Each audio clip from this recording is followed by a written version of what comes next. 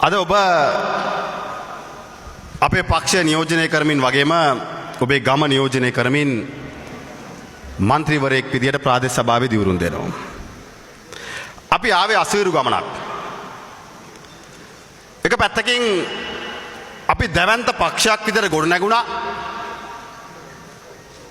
දේශපාලනයේ හැටි එහෙමයි. අපි පහුගිය කාලේ යම් පසුබෑමකට ලක් වුණා. අපිට තීන්දුව කරන්න තිබ්බා අපි ලේසි මාවත පහසු මාවතේ යනවද අසීරු මාර්ගය අපේ හාමුදුරුවෝ අපි තෝරගන්නවද කියන කාරණේ. අපි ජනාධිපතිවරණ ඉදිරිපත් වෙනකොට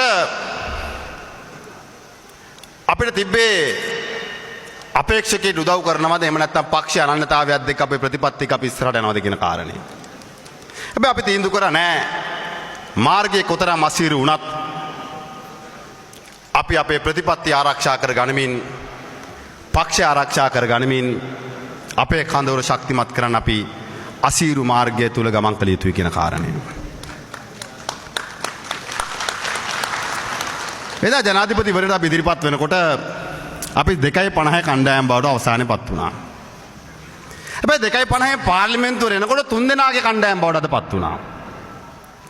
අපේ හාමුදුරනේ අද අපි 2.50න් 3ට ගිහිල්ලා 3න් 10ට ගිහිල්ලා ලංකාවම නියෝජනය කරමින් මන්ත්‍රීවරු 750 කණ්ඩායම බවට ශ්‍රී ලංකා පොත්ජන පෙරමුණ පරිවර්තනය වෙලා තියෙනවා. එදා අපි ආපු අසීරු ගමනේ ප්‍රතිඵල තමයි ඔබ තමුන්නාසේලා. අපට ලැබිච්ච ප්‍රතිඵලය. අපි ආමග කෙටි.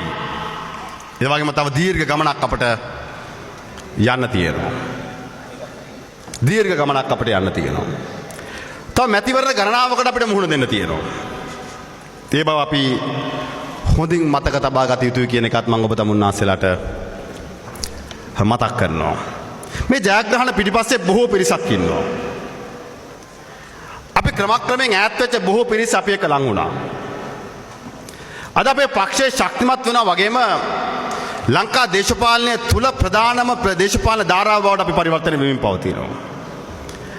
අපෙන් ඉඳලා අරගලයක් දෙක ඈත් වෙච්ච පිරිස පහුගිය ජනාධිපතිවරණයත් එක්ක ඈත් වෙච්ච පිරිස් ක්‍රමානුකූලව අපිට ලං වෙනවා. ඒ වගේම තමයි ඔබෙන් මං ඉල්ලනවා. ඔබ අමතක කරන්න එපා. ඔබට മന്ത്രി ධූරය ලබා ගන්න එක පැත්තකින් ඔබ කොට්ටාසය තුල ආසනය තුල යම් කැපවීමක් කරා වගේම අපේ සමස්ත ප්‍රතිඵලය සඳහා අප ලයිස්තුවෙන් ඉදිරිපත් වෙච්ච හැම අපේක්ෂකයෙක් අපේක්ෂිකාවක්ම කැපවීමක් කරා කියන එකත් ඔබ අමතක කරන්න එපා. මේ හැම ඡන්දයක්ම එකතු වෙලා තමයි ඔබ අද മന്ത്രിවරයෙක් විදියට දියුණුම් දෙන්නේ. එහෙනම් වෙනදාට වඩා වගකීමක් ඔබට තියෙන ඔබේ മന്ത്രി ධූරයේ ගෞරවය ආරක්ෂා කරන්න. වෙනදාට වඩා වගකීමක් ඔබට තියෙනවා. මොකද ඔබේ മന്ത്രി ධූරයේ පිටිපස්සේ සැඟවෙච්ච බොහෝ පිරිසක් ඉන්නවා. එක පැත්තකින් දිස්ත්‍රික්කයේ නායකත්වය දෙන නායකයන් ආසනයට නායකත්වය දෙන ආසන සංවිධායකවරු වගේම ගමේ සාකා සමිතියේ බල මණ්ඩලයේ තරුණ කාන්තා සංවිධානය හැම කෙනෙක්ම එකතු වෙලා තමයි මේ ජයග්‍රහණයේ මාවතට අපුව යොමු කරේ කියන එකත් ඔබත් මමත් පක්ෂයත් මතක තබා ගත යුතුයි කියලා මම විශ්වාස කරනවා. ඒ නිසා වෙනදාටත් වඩා වැඩි වගකීමකින් වැඩි අධිෂ්ඨානකින් ඔබ ඔබේ ගෞරවය മന്ത്രി ධූරයේ ගෞරවය ආරක්ෂා කරන්න. අපිට ආත්ම ශක්තියක් තියෙන්න ඕන අපේ ප්‍රතිපත්ති වෙනුවෙන් අපි හිට ගන්න. අපිට හැකියාවක් තියෙන්න ඕනේ සභාව තුල වගේම සභාව පිටතත් හරි දේ වෙනුවෙන් පෙනී සිටින්න. පක්ෂය වෙනුවෙන් පෙනී සිටින්න. ඔබ නියෝජනය කරන දේශපාලන කඳවුර සහ ඔබේ ඡන්දදායකයා වෙනුවෙන් පෙනී සිටින්න.